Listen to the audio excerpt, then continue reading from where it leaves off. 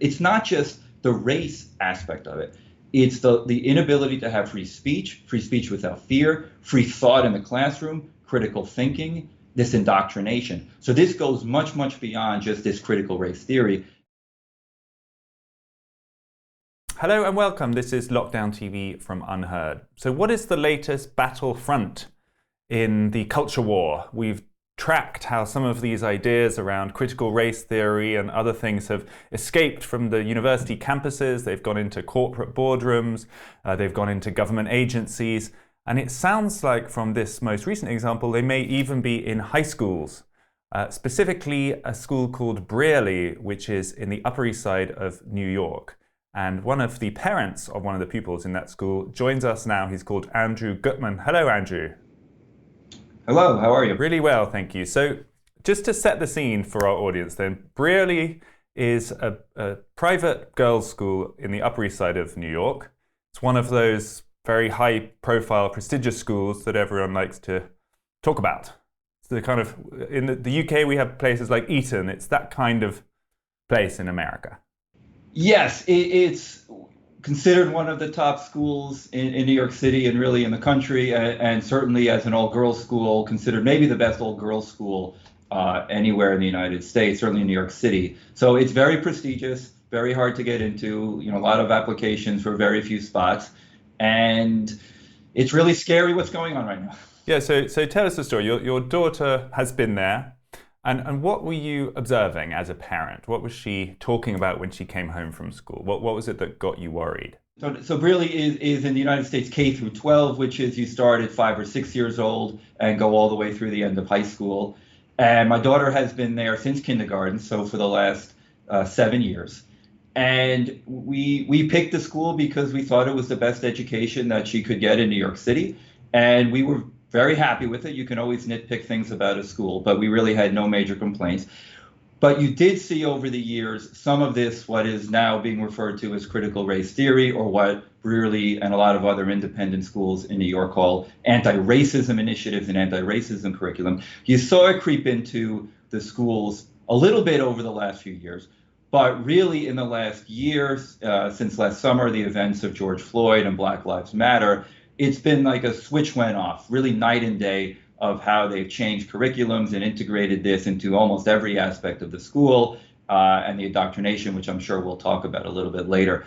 What kind of things specifically were you hearing about or seeing in the school? First of all, we had to sign a pledge at the beginning of this school year, which we actually refused to do, a community agreement saying, among other things, that we would not only support these anti-racism initiatives in the school, but we would help teach this at home. So again, this goes to the sort of indoctrination of this. So what exactly is going on in these schools? They're changing curriculums, for example.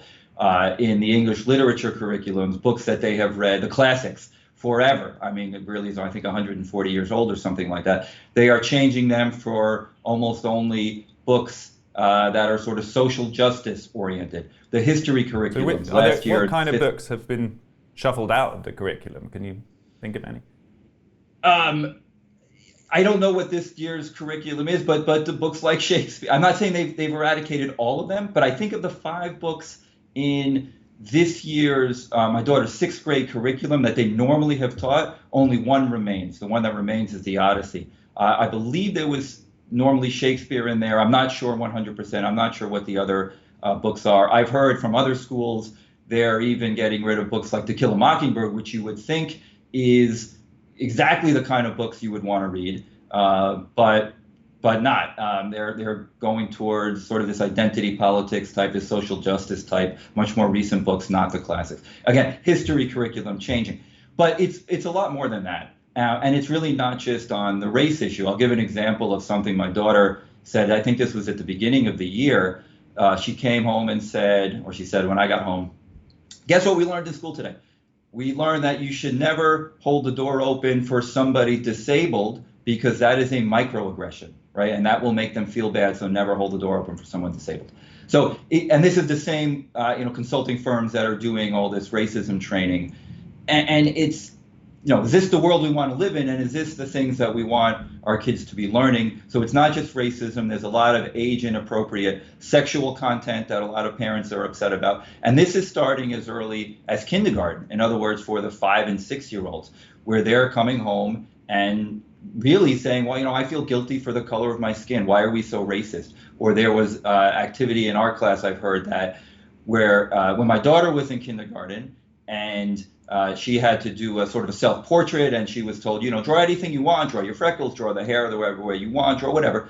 And now the assignment is draw yourself, and the only thing that matters is getting your skin tone right? Nothing else matters.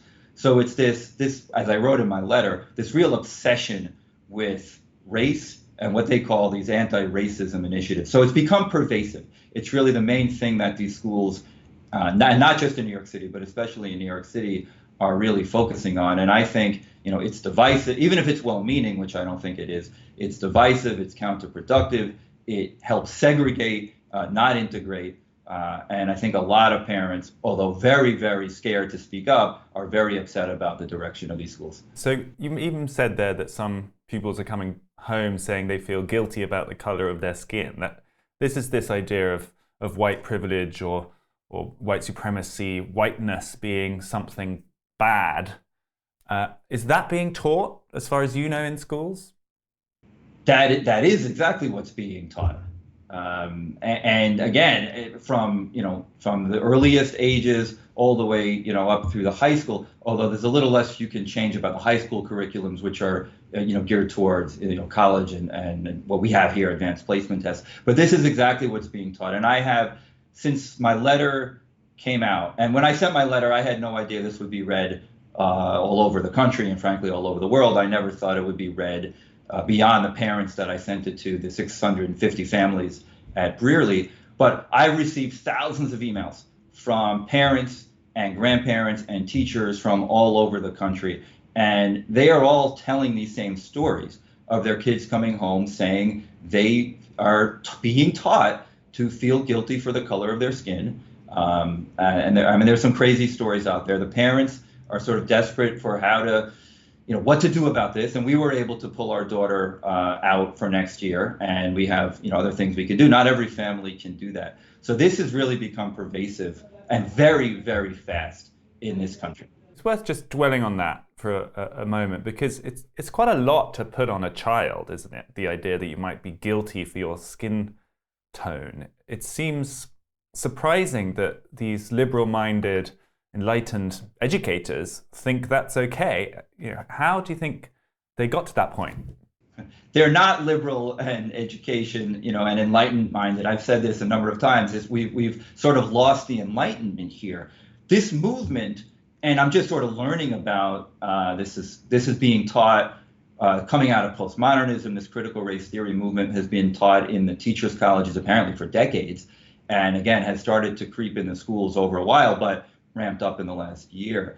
This is not a liberal in the classical sense movement at all. This is a very illiberal movement, and that goes towards, the indoctrination. The question of one question that I really wondered is, does the administration of a school like Brearley, did they really understand what they were bringing into the school when they did this? Because it's really consulting firms that are coming in and doing a lot of this, or doing all of this, frankly. So what? These are kind of anti-racism course purveyors who are creating a business out of this. Purveyors. Yes. There's a group called Pollyanna, which is the one that does Brearley and a lot of the independent schools in New York City. I criticized them in my letter. And we had to do mandatory training for parents. We had to do 2 sessions from this group over Zoom at night. So we actually got to see a lot of what was going on. And that's one of the difficulties. A lot of parents don't realize this is happening. Now, in COVID times where so many kids in this country have been in school via Zoom or, at home, they can, sometimes overhear some of this stuff that their kids are learning. We were able to see it. Obviously, our daughter tells us some things that are going on, but we had to do these mandatory anti-racism training. So we could really see the kind of things that they were talking about, in the school. But this is not a liberal enlightened movement in the least. And something that I've said is, look, we're not saying you don't teach the stains of American history here. Nobody with half a brain is saying don't teach about slavery and don't teach about the Jim Crow laws and don't teach the terrible things that we in this country did to the Native Americans, right? Nobody is saying not to teach that. But what we're saying is you have to teach, both sides of the story. You have to teach, try to put yourselves in the position of that time period. Try to understand that the morals and ethics might have been different, and don't judge them by today. But most importantly, stop indoctrinating the kids in a certain mindset, because what has happened, it's not just making the kids feel guilty for the color of their skin. It's kids not, and teachers for that matter, not feeling that they can speak up in class, being really bullied into silence, afraid of consequences if they say the wrong thing. And that's just not an educational environment that should exist anywhere. It sure isn't an educational environment that should exist at a school like Brearley, which has prided itself for, again, 140 years on intellectual bravery, intellectual curiosity, developing these strong, critically thinking girls. And that is exactly the opposite of what they are doing with these anti-racism initiatives. So you talk about being bullied into silence there. Obviously, you weren't. You took the step of, writing down your views. You sent this letter, as you've mentioned, round to all the parents, and you've taken your daughter out of that school. What reaction have you had? Well, there's sort of three sets of reactions. The Twitter reaction, which I ignored, which was silly and a lot of nastiness. The Brearley reaction has clearly been very polarizing. We got a lot of support privately. The school administration reacted very negatively with the first letter that the head of school sent out to all the parents was very, very silly, very highly criticized, and for a number of reasons. The one that was really picked out the most and was noticed by everybody was that she said, our high school, our upper school kids were frightened to receive a letter at home. And again, the letter was not sent to the kids, the letter was sent to the parents. But this again goes against everything about trying to raise these intellectually courageous girls, that they were frightened by a letter in the mail or that they were frightened by the words on a piece of paper. That's now also a bit of a classic of the genre, isn't it? You see this in kind of big cancellations in corporations and stuff as well, that it's either it's violence, speech violence, or it's aggression, or it's in some way frightening people that someone should express these opinions. Yeah, I think that one of the words they used was violated. And this is one of the, and I'll say this, this critical race theory movement has been absolutely brilliant at, changing the meaning of words and using them, what I would say inappropriately, in an emotional way, taking a word like violate, which is a very serious word that reminds you of rape or something like that, and saying, well, to send a letter in the mail is violating. They are, this Orwellian newspeak, they have really become masters at this. And it's similar to the way they define racism and the way they define systemic racism. And, it goes broader on that. So you're exactly right. The school and as part of this movement is using these words to really bully people into silence, because it's very hard when someone says violate and you say, oh my goodness, I didn't, wow, I'll take a step back and I won't speak up. And that's really where most parents And what about the kids? What feedback has your daughter got from her friends? Obviously, they're sad that she won't be at the same school anymore, because they're the ones we care about, really, aren't they? Do you have any sense of what the 14-year-olds feel about this controversy? That's an interesting question. She's at the age in middle school where these kids, a lot of them are really starting to get indoctrinated into this. And that's what's really scary. It's especially true when you get to the upper school and even more so in the university level. But this is where it's starting to happen. So you've got the kids that are, really believe in this stuff, this anti-racism, and they pretty much shunned her. You've got the kids that are indifferent or, in agreement with the basic tenets of what I wrote and not in favor, and they are silenced, because they don't want to be bullied for this. So there aren't too many kids. There's been a few kids that have privately shown support, but not too many. I'll say she's remote so she's not in person in school. So that's made it a lot easier. For her, school has been normal. But you're really starting to see this indoctrination. So those kids, there was some bullying aspect of this at the very beginning, where there's some group chats, and there was, people saying, "Oh, my daughter's, my parents are racist," and the school did, I think, put an end to that, because that's not really acceptable. But difficult. I think that's I imagine it's difficult for her. I mean, it's you've taken this step, and a lot of parents wouldn't have done that just because they might feel it would be traumatic or difficult for their kid, and so they stay quiet if they're worried about these things. Well, I'll say two things about that, which is when we saw the writing on the wall at the beginning of the school year, I thought of sending this letter then, back in September. And we decided, no, let's try to organize parents, because I know that the majority of parents are not in favorable of these anti-racism initiatives, and to the extent that the school has taken them. And so we talked to a lot of parents and could not get any of them really to speak up. There's a few constituencies that did speak up a little bit, but for the most part, parents are just terrified for a number of reasons of speaking up. So when we decided not to re-enroll her for next year is when I said, you know what, I've got to send this letter. It's the right thing to do. I'll take the hit. And the reason for it was not to educate anybody, because again, the parents have gone through these anti-racism trainings.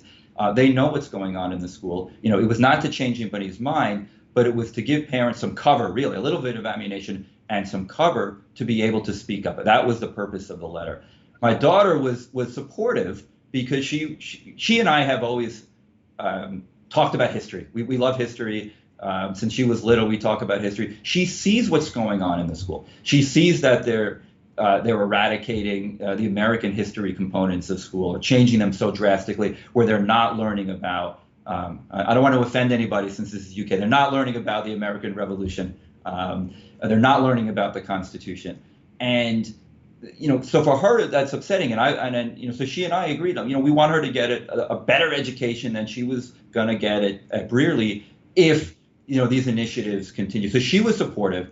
And I'll tell an interesting anecdote, which was the school administration. The teachers have been great, but the school administration, the head of school, they've been a little bit nasty. They sent, one letter to me. They've excommunicated me. I'm not allowed to have anything to do with the school. I can't even send an email. I'm just interested in this distinction between the teachers and the administrators, because one of the other things you notice is it's quite often the administrative component within organizations that are pushing these ideas even more than the teachers. I suppose the analogy in media organizations would be that there are non-journalists within newspapers also seem to be pushing these ideas. I'm just wondering whether there's any truth in that idea.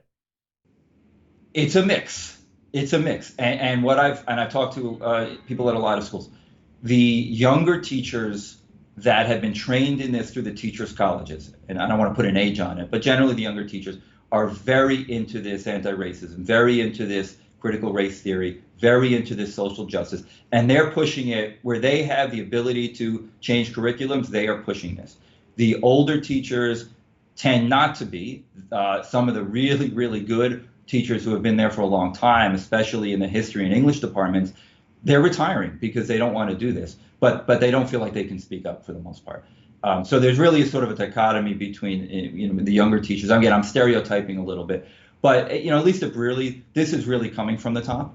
So Andrew, just to zoom out for a minute, because we had a bit of a similar interview on our show a few months ago with a teacher at Eton, the British school.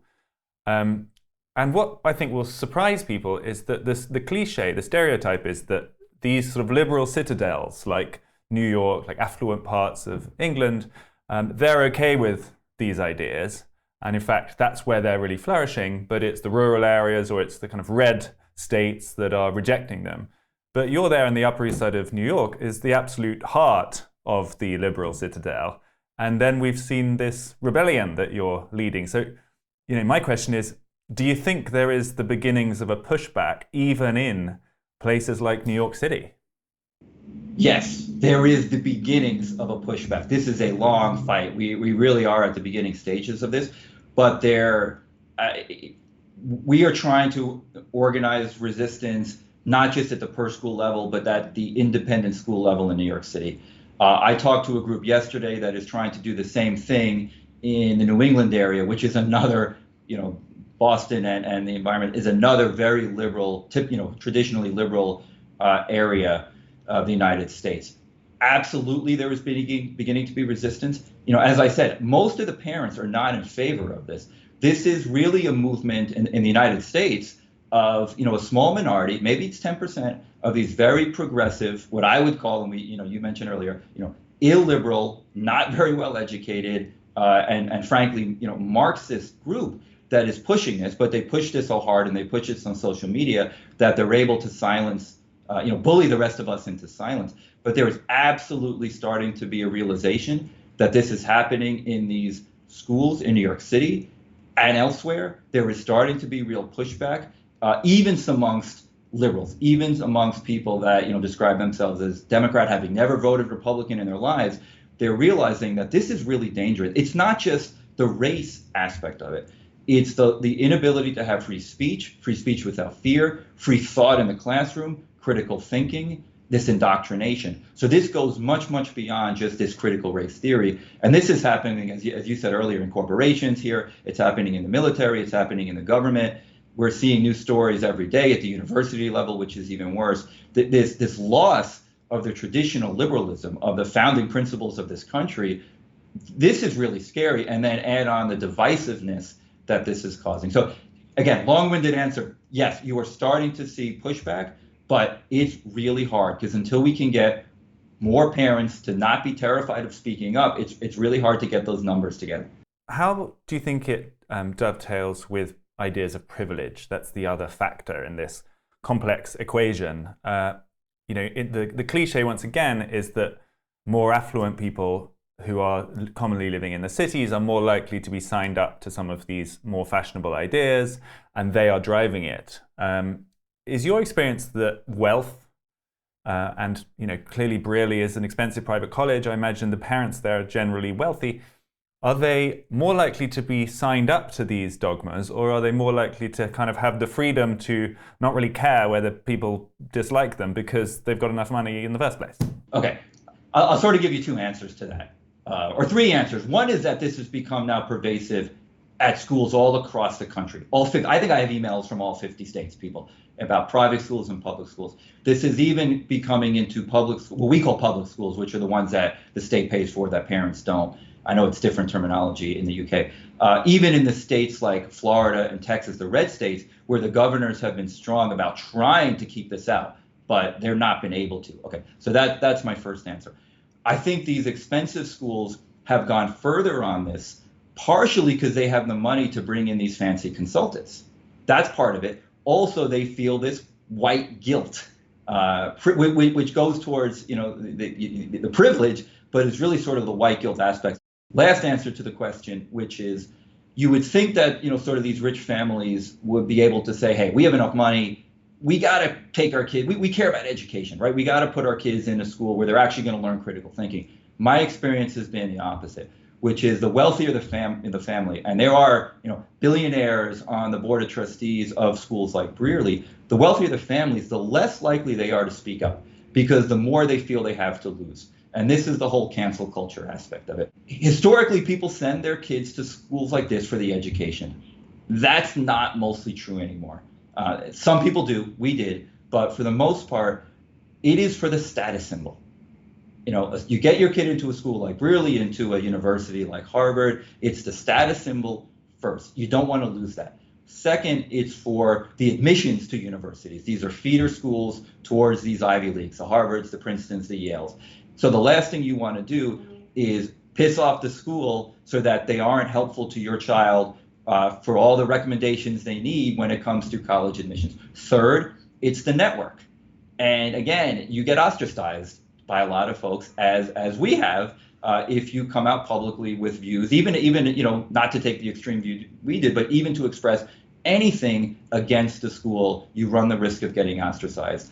And then fourth, I think, is the education. But those first three things make it that much harder for wealthy, connected families. It is very hard for those kind of people that are on the board of trustees of these schools to speak up against what's going on, even if they are not in favor of what's going on. What's so interesting is that the structure of this incentive is such that even though you might hope that more powerful people, richer people, people who have means to run their own lives and they don't give a shit what people think about them, Mhm. those people are actually more frightened of stepping out of line because they've got more to lose, is what you're saying. That's exactly what I'm saying. So how come Yeah, you that's been dared my to do experience. it then, Andrew? How come you took the step when so many other parents did not? Yeah, a couple of things. I think one is that I am really passionate about education. And that's been something that I've always been passionate about. I've always had this dream of starting my own school. Now it might actually happen. We'll see. So that's one thing. I think that a lot of it was I'm not professionally cancelable. And so if I had worked at a big firm, a Goldman Sachs, a McKinsey, a big law firm, you run the risk of losing your job immediately if you come out and do something like I did. So the fact that I wasn't cancelable meant I could do this. And thirdly, I just thought like somebody has to take a stand. We have to start speaking up. We are literally seeing these schools destroyed, in my view, and we are literally seeing this country fracture, losing our core principles, the classical liberal principles of this country. We are going to see divisiveness. We are going to see ethnic strife if we don't stop this, what is going on. And I just thought, you know what, somebody has to take a stand. And again, I never expected my letter to go viral and to be read by any more than the parents of my daughter's school. But I just thought, you know what, this was the right thing to do.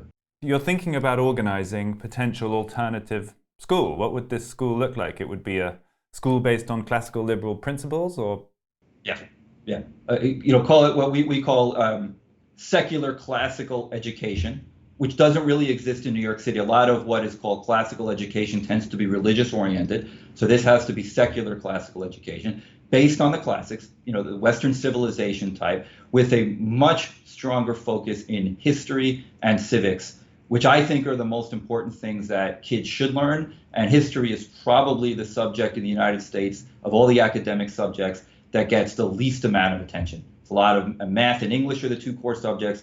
I think ideally they should be history and science. So it's different. And do you think there'd be a market for it? Yes, I know there is because I have talked to many parents. I have talked to educators, and I have started to talk to philanthropists that might be interested in funding something like this. There is enormous interest in doing this, and not just in New York City. If we can do this in New York City and use this, and again, this is very beginning stages, idea stages. But if we could do this in New York City and use this as a model or template to build other private, non-for-profit schools across the country, we need that because we need new schools. They can't be the 57,000 US dollars kind of tuition that a Brearley is. They have to be more affordable. They have to get financial aid. They have to be open to not just elite children, but there is a desperate need for just a really good school. And how would you stop? I mean, I'm interested in a way it's parallel to alternative media and what Unheard is doing. How would you stop such a new school being instantly dismissed as a right-wing institution or a kind of extremist place that no good parent would want to send their child? What steps could you do to prevent that happening before it did? Look, I think you have to get the message right. You need the right funding. If you're just taking, very right-wing funding, it becomes a conservative right-wing school. It cannot be a conservative right-wing school. And that, frankly, that's not me. Even though, I've gone on TV now and everyone thinks I'm some Trump-supporting right-wing conservative. That's I'm, sort of the Unheard type of crowd, politically homeless. So the messaging clearly has to be right. This is about a good school that teaches critical thinking. Look, I don't mind if the school wants to teach something like, white fragility, Kennedy's type book, as long as you also at the same time are assigning books by, for example, Shelby Steele or Glenn Lowry. Teach both sides. Let the kids decide for themselves. This is the messaging that has to be very strong, because you're absolutely right. If this is just an anti-woke school or if this is just a conservative school, it fails in New York City. It might succeed elsewhere, but it absolutely fails in New York City. You're going to get terrible press. And it can't just be for elite kids, because then you run the risk of, hey, this is just for the elite, white, grumpy, nasty parents. No, it has to be across the board for anybody, any family of any race, that is passionate about their kids' education and is willing to commit to their kids' education. I think it's hard. I think getting the messaging right is hard. Wow. Well, Andrew Gutmann, thank you so much. You heard it here first, that we may be seeing the beginnings of new institutions coming out of these hothouse incidents. So thank you for telling us about that. Thank you for having me, and I hope that's the case. We need them. That was Andrew Gutmann joining from New York. Thanks to him, he was, until very recently, a parent at the Brearley School for Girls in the Upper East Side of Manhattan in New York. Hard to think of an establishment more directly catering for the metropolitan elite than that one, and yet still, even there, in the heart of the liberal citadel, as we heard, there is the beginnings of a pushback against some of these more extreme ideas around critical race theory and anti-racism that we have been investigating here at Unheard. Thanks to him for telling us about it, and thanks for watching. This was Lockdown TV.